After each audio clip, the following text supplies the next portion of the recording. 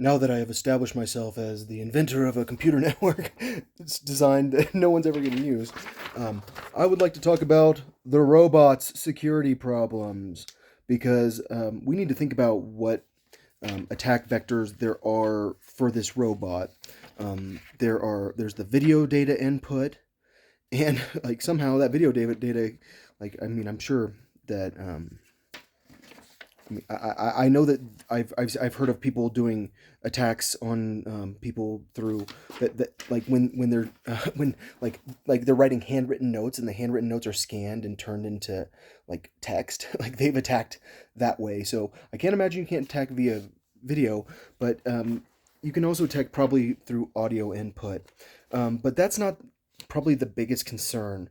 The biggest concern for me is actually, I mean, maybe it would be a bigger concern if I heard about Amazon like having their Echoes hacked a bunch. But I'm pretty sure that when you put data into an Echo, it sends that data to um, a server at the server farm where Amazon is, and they have a firewall, an application firewall, and I think that's probably how.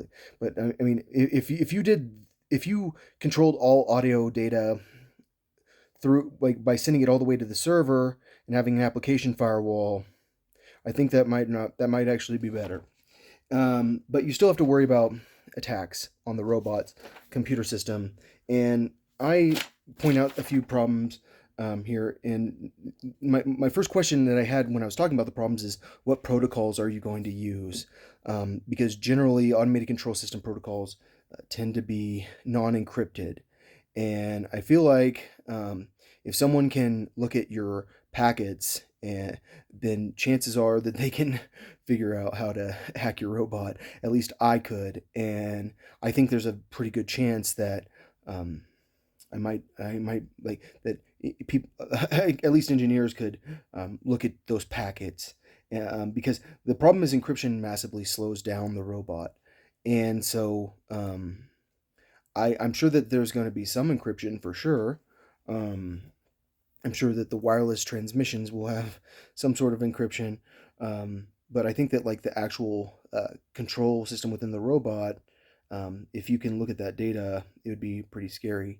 And I think that I think that a lot of people that are in the business world that are actual business people who are tech people have looked at the robot business, and once they got far enough into security, or once they got far enough into the robots, that's when they hit security as a problem, and they went, okay, would that be a massive liability on me if I release these robots on the world, and they're still like they're not even that great of products, and then there are security problems, like what happens if all of the robots get hacked simultaneously to do that and go forward, and they run around hitting people, or what if they like are like, I mean, what if it's like completely like scary the way that the code executes, where it's like targeting people, like where it goes up to people and hits them.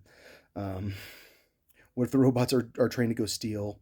Like you can hack someone else's robot to have them go steal.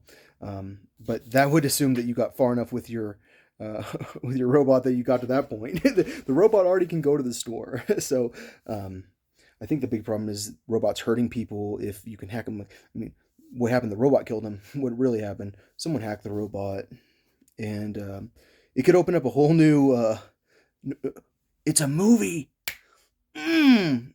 What do you do? What does he do for a living? He's a robot murderer investigator, because all these computer hackers are using robots to murder people. I don't know. It could be